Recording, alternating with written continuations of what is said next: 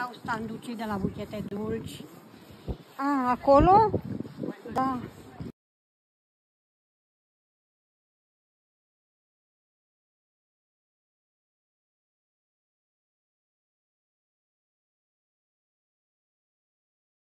V-am găsit!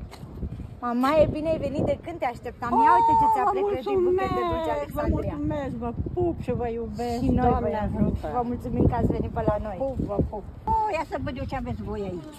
Ce aveți voi aici? Avem ciocolată Milka, Da, ambalată foarte frumos, bună, foarte cu bună. Raffaello.